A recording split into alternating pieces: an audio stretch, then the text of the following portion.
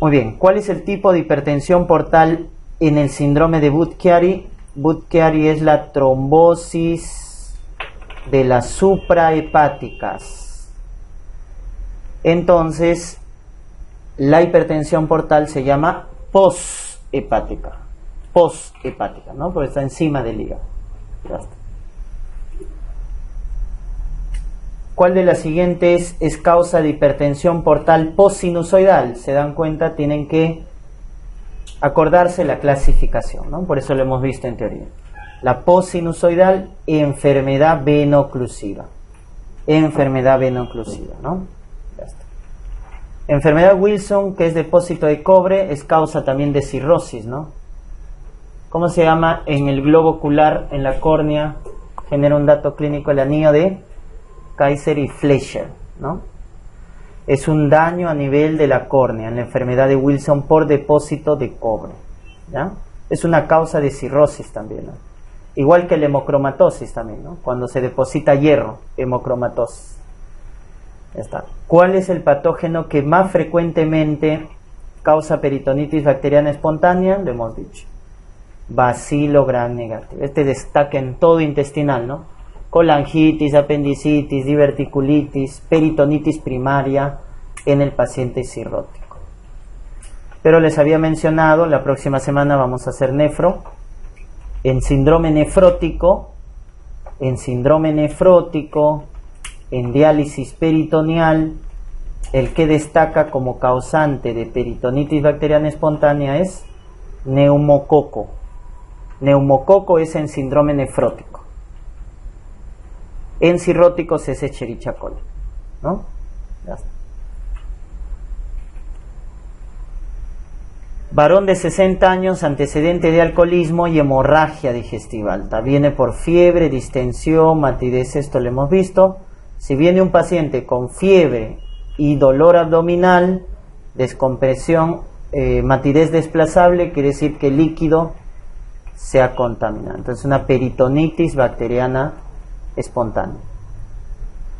Ese es el diagnóstico, ¿no? Una peritonitis bacteriana espontánea. Paciente, el cuadro típico, habíamos mencionado, es fiebre, dolor. Fiebre, dolor en paciente cirrótico, descartar peritonitis bacteriana espontánea.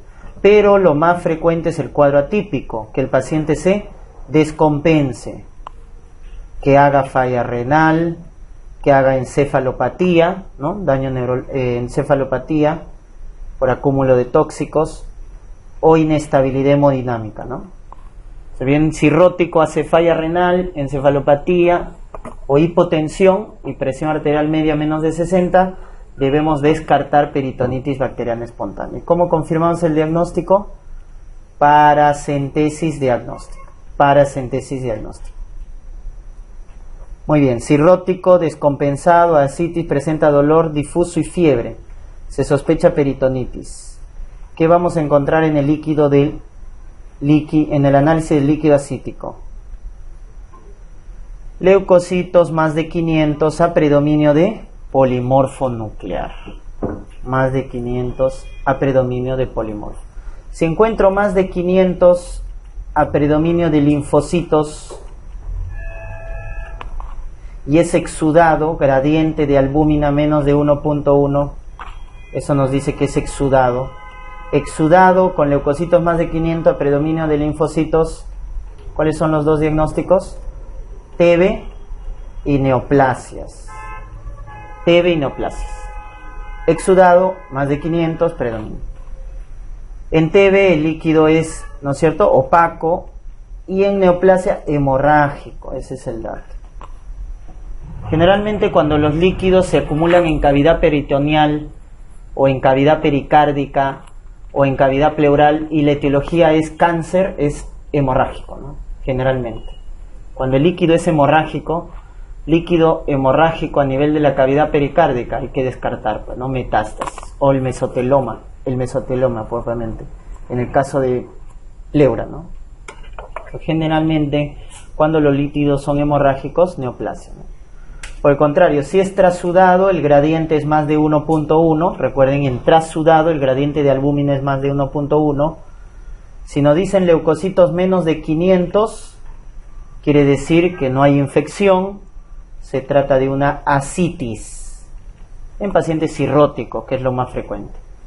Si es más de 500, ahí sí ya hay infección, pero debe ser a predominio de polimorfo nuclear, ¿no? Y en ese caso tenemos la peritonitis bacteriana espontánea. Entonces el dato para hacer diagnóstico es más de 500 a predominio de polimorfo. Predominio de polimorfo más de 250. Ese es dato para peritonitis bacteriana espontánea. Ahora, si nos dicen un exudado más de 2000 con glucosa baja, LDH bien aumentado y es polimicrobiano en el cultivo, ¿de qué estamos hablando? Peritonitis secundaria. La peritonitis primaria es trasudado, la secundaria es exudado, con leucocitos bien aumentados, consumo de glucosa, LDH alta y polimicrobiana, ¿no? Porque la primaria es monomicrobiana. Manejo de la peritonitis primaria, manejo médico, cefalosporina de tercera. La secundaria es quirúrgico, ¿no? Porque es post-apendicitis, post-diverticulitis.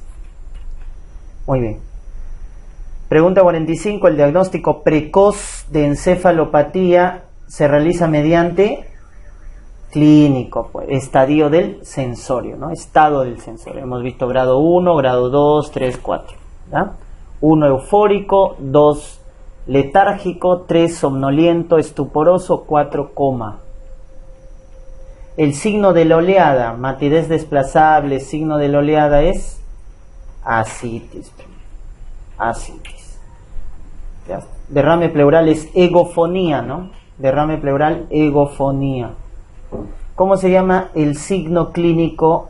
El derrame pericárdico puede producir colapso alveolar y nos da una matidez por el colapso alveolar en la zona infraescapular izquierda.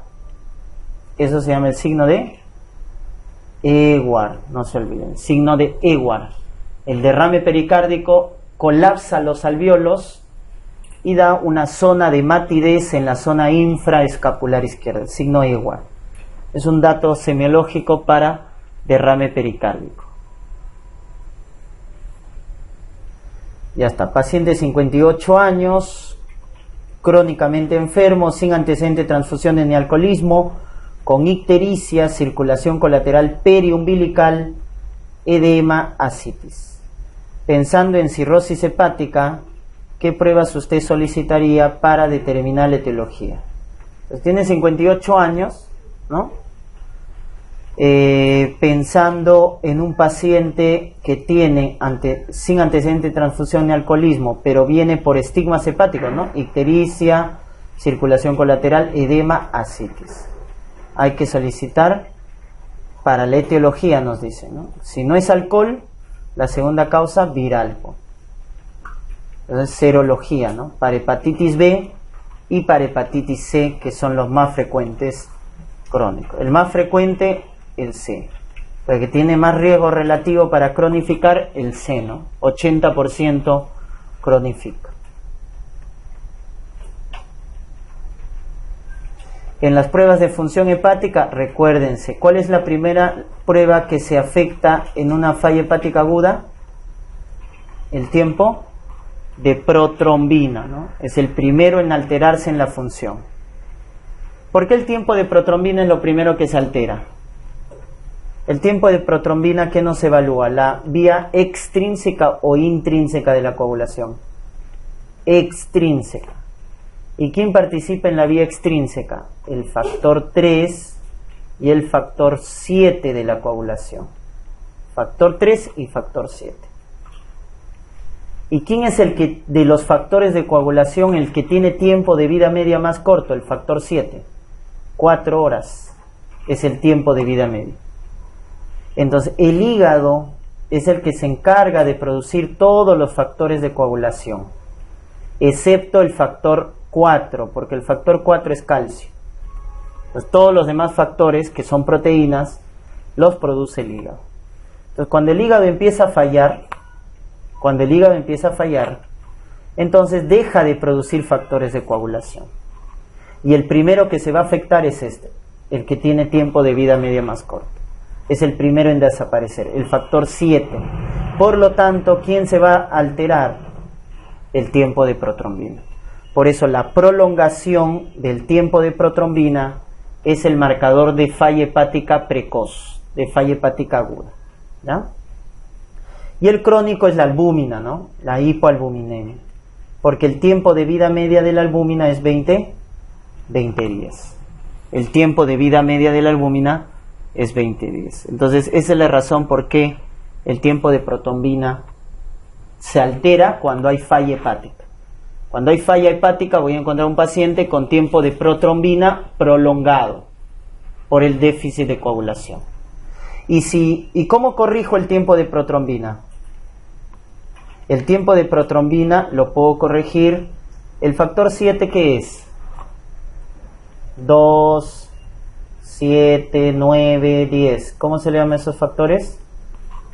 Vitamina K dependientes. O sea, el 7 es K dependiente. Entonces, ¿cómo corregirías el tiempo de protrombina? Dándole fitomenadiona. O sea, le doy vitamina K. Entonces, el paciente que tiene prolongado el TP, le doy vitamina K para corregir el TP. ¿Qué pasa si al darle vitamina K no corrige? Si no corrige es porque el hepatocito está muerto.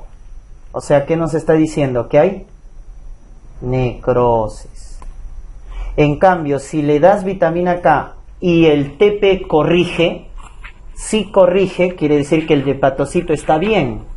Entonces, ¿qué es lo que está fallando? El drenaje biliar. O sea, hay colestasis. Es otra forma de diferenciar necrosis de colestasis. En la necrosis no se corrige el tiempo de protrombina. En la colestasis sí hay corrección del tiempo de protrombina al darle vitamina K. Es otra forma de diferenciar. Obviamente, aparte la clínica y todo, ¿no? Muy bien. ¿Cuál es el examen de apoyo diagnóstico en cirrosis hepática con ascitis? Ya, si tiene ascitis, hemos dicho, el estudio es la ecografía. Detecta a partir de 100 mililitros. Y mejor con el Doppler, ¿no? Para evaluar el flujo sanguíneo a nivel de la vena porta. ¿Y cómo está el flujo sanguíneo a nivel de la porta? Está aumentado con alta resistencia en el paciente con cirrosis. ¿Ya? En el paciente con cirrosis. Muy bien, mujer de 42 años refiere prurito generalizado y edema de miembros inferiores desde hace varios meses, ¿no? TGP 180, TGO 120, bilirrubina 1.3. O sea, la bilirrubina está aumentada, ¿no es cierto?, a predominio directo, algo aumentado a predominio directo, y fosfatasa alcalina en 800. Ya está. Entonces, ¿quién es más predominante? ¿La elevación de transaminasas o fosfatasa alcalina? Fosfatasa, pues está más elevada, ¿no? Entonces, en este perfil hepático predomina la elevación de fosfatasa alcalina. Por lo tanto, estamos hablando de colestasis. Y la clínica, vea, cuando hay colestasis hay prurito, porque la obstrucción de la vía biliar hace que se acumule productos de la bilirrubina en la piel y eso genera el prurito. Y acá nos da el dato, ¿no? Anticuerpo mitocondrial positivo. Entonces eso es para cirrosis biliar primaria. Cirrosis biliar primaria. Para Wilson pedimos ceruloplasmina. Para hemocromatosis ferritina. Para la enfermedad de Wilson, ceruloplasmina, que es el depósito de cobre, ¿no? Y en hemocromatosis ferritina. Ya está. ¿Cuál es el tratamiento de la cirrosis biliar primaria? Ácido ursodesoxicólico. Muy bien. El ácido biliar sintético. Ácido ursodesoxicólico. Muy bien. Mujer de 23 años que desde hace 5 meses fatiga, coluria y fiebre. Al examen ictericia, estigmas, telangiectasia, hígado a 4 centímetros, duro, doloroso, esplenomegalia, TGO 740, TGP 900, bilirrubina en 10, a predominio directo, ¿no? Fosfatasa 160. Acá sí es al contrario, ¿no? ¿Quién está predominando? La elevación de las transaminasas. O sea, ¿de qué nos están hablando acá? De necrosis. Necrosis, daño hepático por necrosis. Ya está. Vamos, la albúmina está baja, marcador de falla crónica, tiempo de protrombina algo prolongado, y nos dan ANA positivo. Cuando tengo una necrosis a nivel del hígado y nos dicen ANA positivo, patrón moteado, y la serología para virus es negativo, ¿de quién estamos sospechando? Hepatitis autoinmune. Hepatitis autoinmune. ¿Y qué solicito entonces para confirmar o para sustentar mejor un probable diagnóstico? ¿Cuál es el anticuerpo más específico? El antimúsculo liso. El antimúsculo liso. Entonces, no se olviden esto de acá. Si tengo un paciente con colitis ulcerativa y este paciente con colitis ulcerativa hace un cuadro de colestasis y tiene ANCA-P positivo, ¿de qué estamos hablando? Colangitis esclerosante primaria. Si tengo una paciente con lupus y hace un cuadro de hepatitis, necrosis, nos dice ANA positivo, antimúsculo liso positivo, estamos hablando de una hepatitis autoinmune. Entonces, esas patologías se asocian a otros cuadros, ¿no? En el caso de colangitis, a colitis ulcerativa, y hepatitis autoinmune, a lupus eritematoso sistémico, ¿no? Muy bien, en tratamiento, el diurético de elección para el tratamiento de ascitis en pacientes cirróticos, ¿quién es? El antagonista de los receptores nucleares de la aldosterona, ¿no? La espironolactona, ¿no? Furosemida lo damos en cuadros que no respondan, ¿no? Ahora, lo mejor, como les había comentado en la teoría, mejor que el tratamiento escalonado es darlos juntos, ¿no? De ambos, darlos juntos. De esa manera se evita la resistencia. Se evita la resistencia. Ya. Furosemida en el paciente cirrótico lo damos por vía oral, no se olviden, vía oral, porque endovenoso baja mucho el volumen arterial efectivo y aumenta la mortalidad en el paciente cirrótico, por vía oral. Y lo empleamos la furosemida en cuadros agudos, ¿no? Recuerden, es el diurético más potente. Es el diurético más potente, por eso lo empleamos en edema agudo de pulmón cardiogénico, en falla renal oligúrica, damos furosemida. Acetazolamida, ¿dónde la empleamos? Glaucoma agudo, glaucoma de ángulo estrecho, diurético, manitol, acetazolamida. En glaucoma de ángulo estrecho, damos manitol, acetazolamida. Bueno, y las tiazidas lo damos en estados congestivos leves a moderados. De la tiazida te tienes que acordar en hipertensión arterial, pues, ¿no? Es el antihipertensivo, es el diurético antihipertensivo, ¿no? De elección en paciente adulto mayor, paciente con osteoporosis, etc. Muy bien, mujer de 55 años, traída, emergencia, trastorno de sensorio, portadora de hepatitis B. Al examen, piel con arañas vasculares, telangiectasia, circulación colateral, ascitis y edema de miembros inferiores. Entonces tiene estigmas hepáticos, ¿no? Araña, vasculares, telangiectasia, circulación colateral, edema por hipoalbuminemia. Y nos hablan de trastorno de sensorio.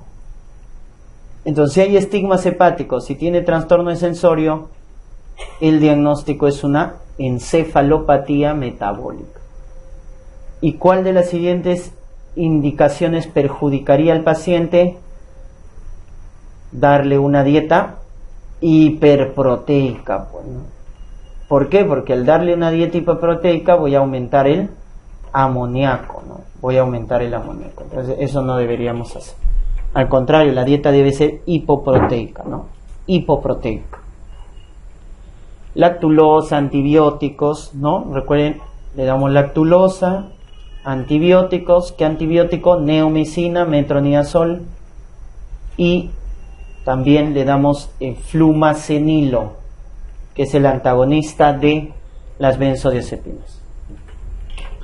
Esta es la pregunta del 2015. Paciente cirrótico. El amonio producido en tracto gastrointestinal por flora bacteriana agrava la encefalopatía. ¿Cuál de los siguientes antibióticos previene esto? Neomicina. Neomicina o metronidazol, ¿no? Para evitar y para tratar lo que viene a ser la encefalopatía hepática, ¿ya? El examen 2016 lo vamos a hacer como simulacro, ¿no? ¿Ya? Así que en los bancos solamente van a encontrar hasta el 2015, por si acaso. Muy bien, pasamos a diarrea. Señale la definición correcta de diarrea aguda. Entonces, ¿qué es la diarrea aguda? Menor a 30 días y crónica más de 30 días. Pero no encontramos esa definición, ¿no? Porque acá están empleando la otra definición. Menos de 14, entre 14 y 30. Entonces, menos de 14 aguda, de 14 a 30 días subaguda o persistente, y más de 30 crónica. Esa es la clasificación que también se puede utilizar. La otra es simplemente menos de 30 días aguda y más de 30 días crónica. Ya está. En relación al cólera, señale lo falso. ¿La enterotoxina es la responsable de la patogenia? Sí, ¿no? Esta enterotoxina va a estimular a nivel del intestino delgado la secreción de bicarbonato de cloro y evitar la absorción de sodio, produciendo una diarrea secretora, ¿ya? Como genera gran hipovolemia, ¿con qué se puede complicar? Con una injuria renal aguda. ¿De qué tipo? Prerrenal, porque está produciendo pérdida de volumen, ¿no es cierto? Lo más importante es el manejo de la deshidratación, claro, es lo más importante, porque esta es la que genera más hipovolemia. Se diagnostica a través de coprocultivo, correcto, obviamente vamos a indicar coprocultivo, el paciente se complica, hace shock, y la diarrea que produce secretora, pues, ¿no? Entonces, moco, sangre, no, eso es disentería. La diarrea de cólera es acuosa, secretora. Recuerden que la diarrea aguda, ¿cuál es la causa más frecuente? Infección. En cambio, en la crónica es problema funcional, problema de la motilidad, lo más frecuente, ¿no? Entonces, diarrea aguda, infección. ¿Y cómo se clasifica la aguda? Acuosa y disentérica. Entonces, acuosa, disentérica. ¿Cuál es la causa más frecuente de diarrea acuosa aguda en el lactante? En el lactante, rotavirus.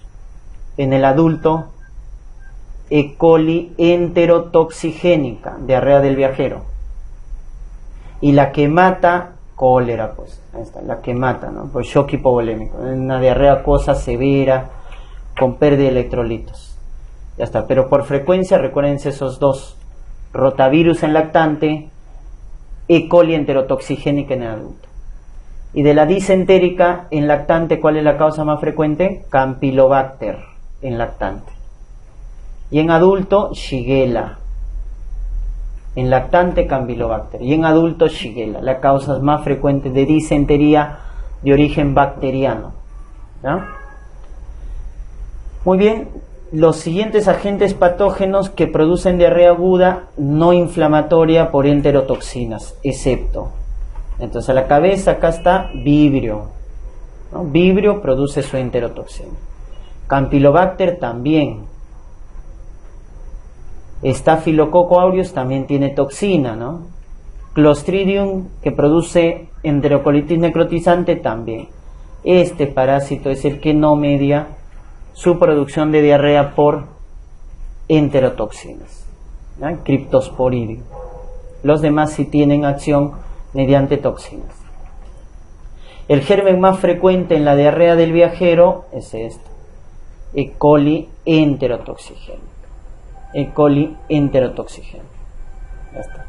¿Quién se asocia con Guillain-Barré? Campylobacter. ¿Quién se asocia con síndrome de Reiter, artritis reactiva? Shigella, ¿no? También Campylobacter, pero Shigella, ¿no? Destaca en síndrome de Rett. Ya está, respuesta a la B. ¿Cuál es el mecanismo primario de la producción de diarrea por cólera? El mecanismo primario de la producción de diarrea por cólera es secretora. Entonces, la diarrea secretora puede ser aguda o puede ser crónica. Aguda, cólera, es el máximo representante. Crónica, ¿quién da diarrea crónica secretora? Los tumores gastrointestinales dan crónica secretora. Lipoma, gastrinoma, ¿no es cierto? El adenoma velloso da diarrea crónica secretora. Ya está. Problema de motilidad, ¿no? Entonces, cuando hay problema de motilidad, la causa principal es colon irritable. Colon irritable, síndrome de intestino irritable, es problema funcional más frecuente, motilidad. ¿Ya? Problema de tiroides, ¿no? Problema de tiroides. Hipertiroidismo, va a aumentar el peristaltismo. La diabetes por neuropatía autonómica va a dar diarrea, ¿no? Entonces, problema de tiroides, problema de diabetes por neuropatía generan problema motor. Y osmótico, ¿quién es osmótico? ¿Quién jala agua? ¿Quién genera intolerancia? Si es aguda en lactantes, esto es rotavirus. Recuerden que rotavirus, su diarrea es osmótica, porque evita la absorción de carbohidratos y los carbohidratos jalan agua. Y crónica es la ausencia o la intolerancia a las lactosa, ¿no? O sea, el déficit de disacaridasas. Da diarrea osmótica crónica, la intolerancia a la lactosa. ¿No? 2 años y 6 meses es llevada al centro de salud por presentar dolor abdominal, deposición de poco volumen con moco y sangre, además fiebre de 7 días. El cuadro clínico corresponde a una diarrea, si tiene 7 días, aguda, moco y sangre, disentérica. Aguda disentérica. En la enfermedad celíaca, ¿dónde entramos en la enfermedad celíaca? Diarrea crónica, ¿de qué tipo? Malabsortiva. ¿Cuáles son las causas de malabsorción? La insuficiencia pancreática, exocrina, el sobrecrecimiento bacteriano, la enfermedad celíaca, la enfermedad de Whipple, son causas de mala absorción, ¿no? Y la más importante es esta, insuficiencia pancreática, sobrecrecimiento bacteriano, enfermedad celíaca, que es la intolerancia al gluten. Entonces, la respuesta inmunitaria al gluten ocasiona en el intestino, ¿qué cosa? Atrofia de vellosidades e hiperplasia de las criptas. Por eso el diagnóstico de enfermedad celíaca es por biopsia. Tenemos atrofia de vellosidades, hiperplasia de las criptas. En la enfermedad de Whipple, ¿qué nos van a decir? Macrófagos con inclusiones Paz positivo. Macrófago con inclusiones Paz positivo. Esa es enfermedad de Whipple.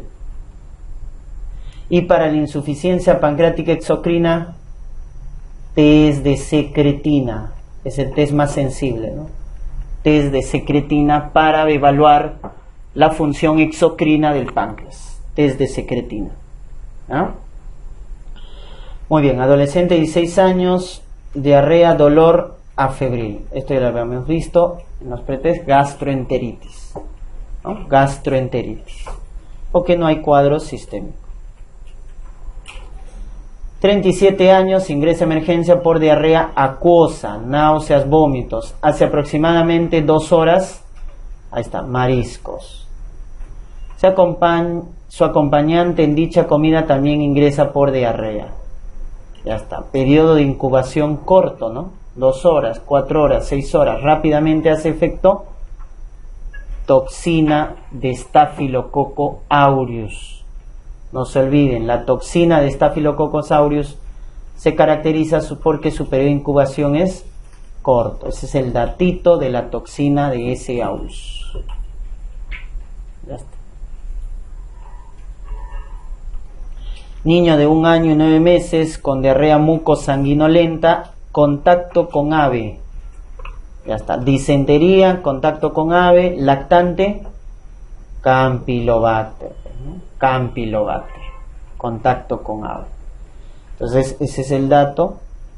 Y acá el tratamiento, no te olvides, en Campylobacter son macrólidos, acitromicina, claritromicina. Contacto con cerdo, el chanchito se asocia Balantidium coli, ¿ya? Y el tratamiento es tetraciclinas, ¿ya? Entonces, y también da disentería, ¿no? Balantidium coli da disentería. Paciente que presenta cuadro clínico de diarrea hiperosmótica, no. Cólera es secretora, colon irritable es funcional, problema motor, colitis ulcerativa es inflamatoria, cáncer de colon es secretor crónico por adenoma velloso. Entonces, la respuesta es déficit de lactosa, ¿no? Déficit de lactosa o consumo de laxantes nos da diarrea osmótica, ¿no? Laxante, lactulosa, polietilenglicol, la diarrea va a ser osmótica. Terapia antimicrobiana puede disminuir la cantidad de flora intestinal y permitir la proliferación de bacterias colónicas resistentes. ¿Cuál de las siguientes puede producir una toxina que causa diarrea? Cuando uno da terapia antibiótica, cambiamos la flora del colon. ¿Y quién va a predominar? De lo que normalmente predominaban los anaerobios, empieza a predominar Clostridium, ¿no? La toxina de Clostridium difficile, produciendo lo que conocemos con el nombre de colitis pseudomembranosa. Ya está. Entonces, si te dicen antibiótico y diarrea, colitis pseudomembranosa, ¿ya? Antibiótico de amplio espectro y el paciente hace diarrea, colitis pseudomembranosa. Le diste antibiótico a la mujer y hace flujo vaginal. ¿Quién hace eso? Antibiótico y flujo vaginal. Cándida. Mataste el lactobacillus a nivel vaginal y empieza a proliferar el hongo. El dato es cándida, ¿no? Corticoide, antibiótico son causa también de flujo vaginal por cándida, no te olvides. Entonces el antibiótico puede causar esos dos cuadros, ¿tá? Recuérdense.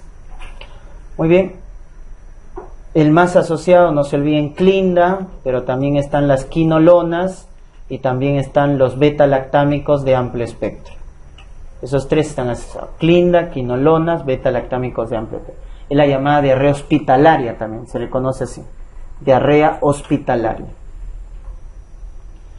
Paciente mayor procedente de la sierra con diarrea crónica, endoscopía y colono limpia, T-Venom positivo, anemia microcítica. Bueno, claro, ya le hicieron el estudio, ¿no? Porque un abuelito con anemia microcítica, con T-Venom positivo, nos está indicando que la causa es sangrado, cáncer, bueno, cáncer de colon derecho, ¿no? El cáncer de colon derecho sangra, el izquierdo se obstruye. Y el cáncer de estómago, bueno, cáncer de estómago. Entonces debo descartar eso. Neoplasia, sangrado crónico como causa de anemia ferropénica en abuelito. Dice endoscopía y colonoscopía negativo. El siguiente paso que investigar es el cuadro parasitológico, ¿no? Porque hay parásitos que sobre todo en los adultos mayores causan sangrado. Y ahí tenemos, por ejemplo, uncinarias, tenemos trichuris trichura, por mala absorción, giardia, que pueden causar anemia ferropénica, ¿no? Uncinarias, recuerden, Necator americanos y Ancylostoma dan sangrado, ¿ya? Necator y Ancylostoma. Trichuris trichures también, ¿no? Por rectorragia y giardia por mala absorción. Entonces, parásitos también pueden producir lo que es anemia ferropénica. ¿Qué parásito da anemia megaloblástica? Difilobotrium. Este es el otro que pregunta. Difilobotrium da anemia megaloblástica, porque mal absorbe la vitamina B2. Cambio Uncinarias, Trichuris trichura da anemia ferropénica por sangrado. 45 años, abruptamente, deposiciones líquidas blanquecinas frecuentes, tenesmo y dolor abdominal precedido de vómitos. Al examen, signo de deshidratación moderada. Es diagnosticada como infección por cólera. ¿Cuál es el tratamiento inmediato? Entonces, lo principal en cólera es restaurar la pérdida de líquidos, ¿no? Restaurar la pérdida de líquidos. Luego, para erradicar a la bacteria y evitar el contagio, antibióticos. Para evitar el contagio. Y ahí el antibiótico de elección es tetraciclina, 300 miligramos, dosis única. Tetraciclina, 300 miligramos, dosis única. Sin en los lactantes, ¿no? Lactante con diarrea, se debe administrar sin. Para evitar la acrodermatitis enteropática. ¿Quién produce acrodermatitis enteropática? El déficit de zinc. Por eso en las diarreas en las lactantes le damos suplementos de zinc, ¿no? Ahí está, la administración de zinc está indicada en niños con diarrea, ¿no? Con diarrea aguda, para evitar la acrodermatitis enteropática. ¿Qué medida se considera prioritaria en el manejo de diarrea en niños? Manejo de la deshidratación es lo más importante, el manejo de la deshidratación. Muy bien. Paciente 28 años que acude a consultorio por presentar dolor abdominal hipocólico, deposiciones líquidas, sin moco y sin sangre, ¿no? 6 veces al día, niega fiebre, al examen físico, sequedad de mucosa oral y meteorismo.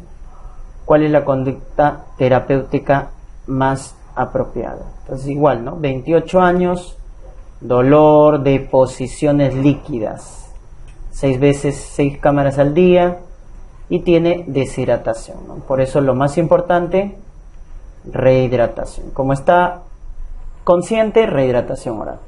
La endovenosa es cuando nos digan paciente somnoliento, estuporoso, en coma. Ahí sí damos hidratación endovenosa, ¿no? Cuando el paciente se choca o está en coma. Recuerden, el bolo en adultos es 10 mililitros por kilo de peso. Y en niños lactantes 20 mililitros por kilo de peso, ¿no? Para la hidratación.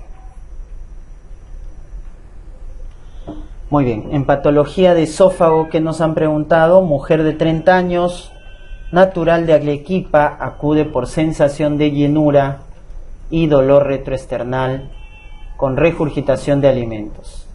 Entonces nos dicen acá el diagnóstico, acalasia.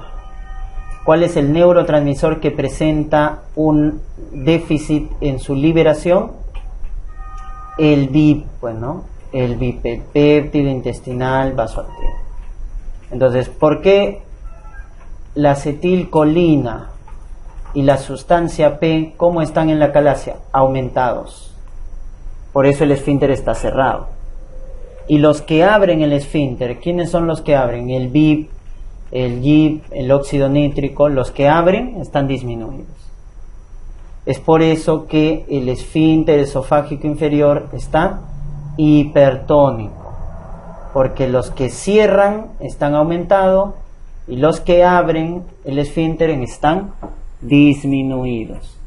Entonces es un desbalance a nivel del esfínter lo que va a ocasionar la producción de este trastorno motor llamado acalasia, ¿no? ¿Cuál es la triada de acalasia? Disfagia motora, regurgitación, baja de peso.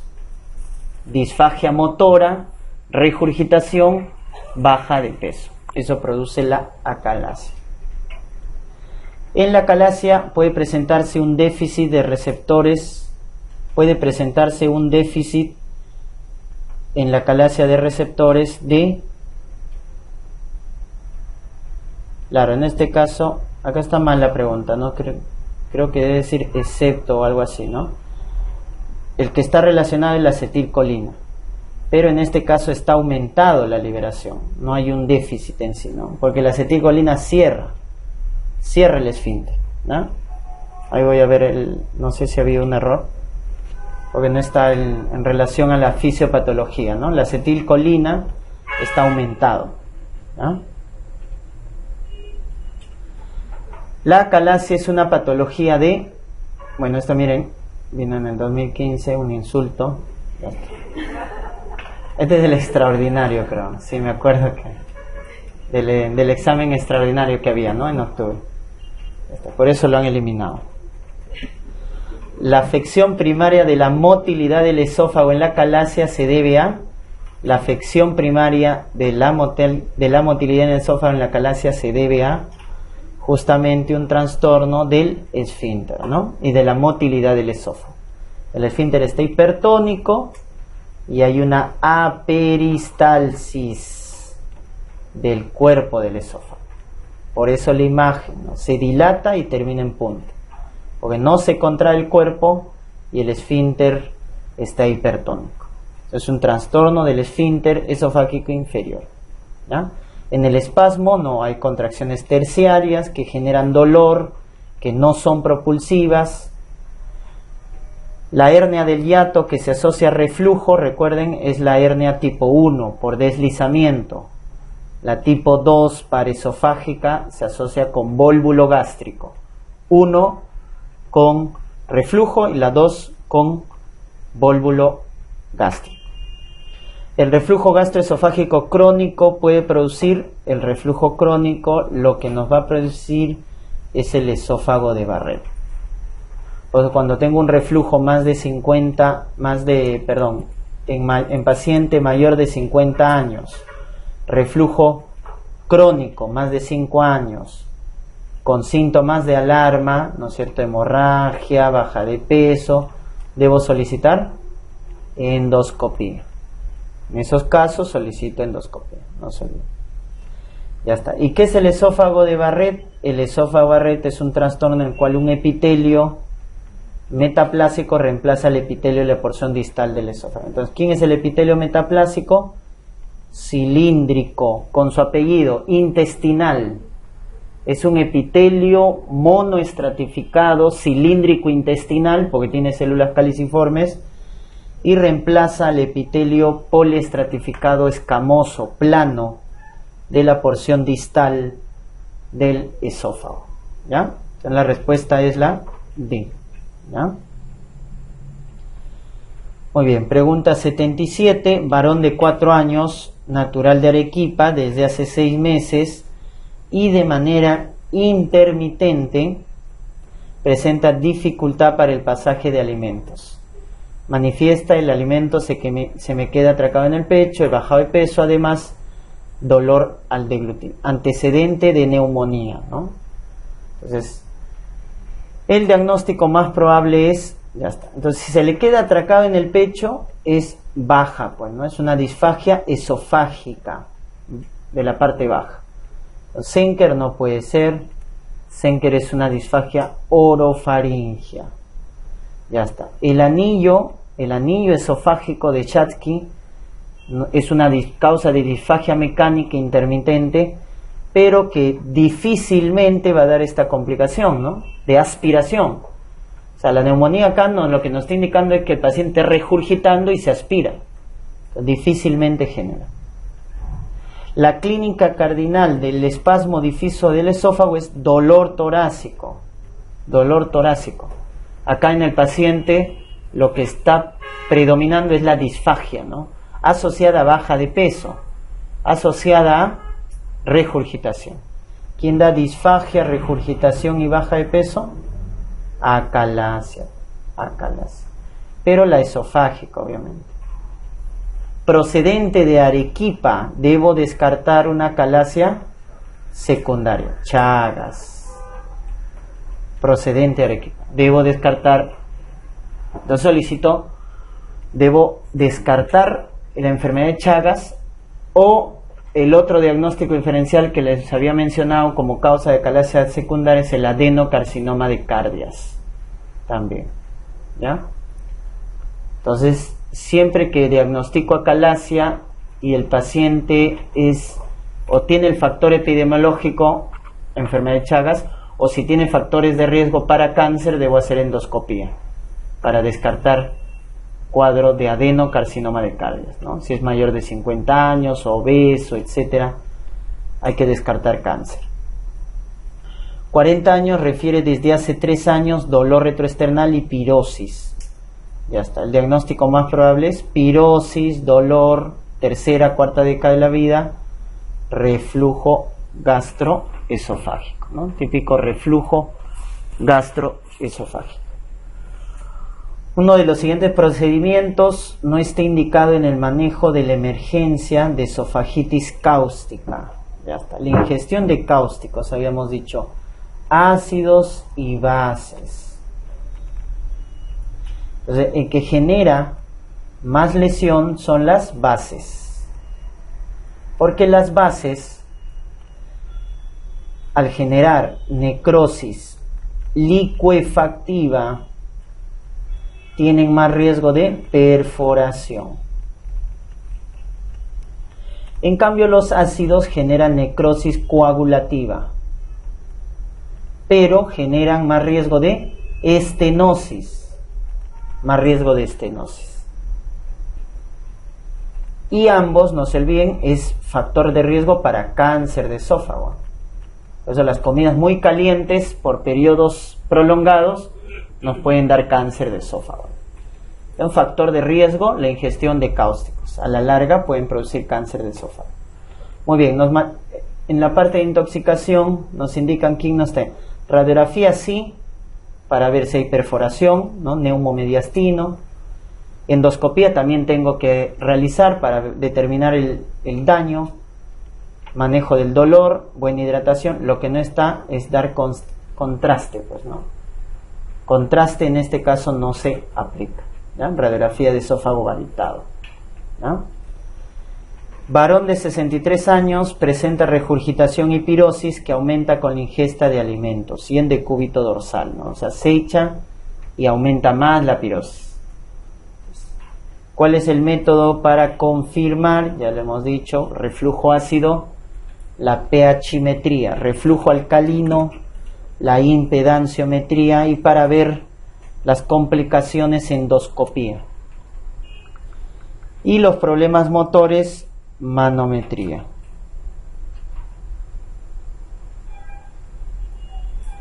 De las siguientes entidades del esófago se caracteriza mejor con disfagia a sólidos y a líquidos. Eso es motor, ¿no? Sólidos y líquidos, motor. Por lo tanto, de estos 5, el que es problema motor, acalasia, problema motor. Cáncer es problema mecánico, ¿no? Cáncer es problema mecánico. Nos da disfagia mecánica con baja de peso. Disfagia mecánica con baja de peso. El anillo de Shatsky es una disfagia mecánica intermitente, no se olviden. A veces sí, a veces no. Disfagia mecánica intermitente. El signo más común de reflujo, el más común, el más frecuente, pirosis. Este es el más sensible, el más frecuente. El más específico, regurgitación. Si predomina pirosis, el tratamiento médico, inhibidores de bomba de protones. Si predomina regurgitación, el tratamiento médico, metoclopramida, prokinéticos. Metoclopramida. Es la causa más frecuente de tos crónica. La causa más frecuente de tos crónica, reflujo. 65 años con ACV que requiere ventilación asistida, con historia de reflujo severo. ¿Cuál es la medida más apropiada para evitar el reflujo y la broncoaspiración? Colocarle sonda, pues, ¿no? Alimentación por sonda nasoyeyunal. Recuerden que el NPT aumenta la translocación bacteriana, entonces mientras se pueda, mejor la nutrición integral. Si no se puede proporcionar, recién NPT. En la enfermedad por reflujo gastroesofágico con esofagitis moderada o intensa, el fármaco de primera línea Recuerden que la esofagitis es una complicación del reflujo ácido y es la causa más frecuente de dolor torácico de origen digestivo. La causa más frecuente de dolor torácico de origen digestivo, la esofagitis, ¿no? Que es complicación de reflujo. Tratamiento omeprazol. ¿Y cuál es el tratamiento quirúrgico para el reflujo grave? La funduplicatura. Y acá habíamos mencionado total o parcial. Total NICE, parcial Belsay. Ya está. Entonces, ¿cuándo hacemos Belsay? Cuando tiene asociado problema motor. Si tiene asociado problema motor, funduplicatura parcial de Belsay. Por eso, previo a la cirugía, siempre debemos realizar una manometría de esófago. ¿Ya? Una mano. La miotomía extramucosa de Heller es el tratamiento quirúrgico de acalasia. Miotomía extramucosa de Heller es acalasia. ¿Ya? La miotomía de Morrow. ¿En dónde aplicamos la miotomía de Morrow? En la miocardiopatía hipertrófica. Miocardiopatía hipertrófica. La miotomía de Morrow. ¿Ya? Muy bien. Vamos a hacer un break.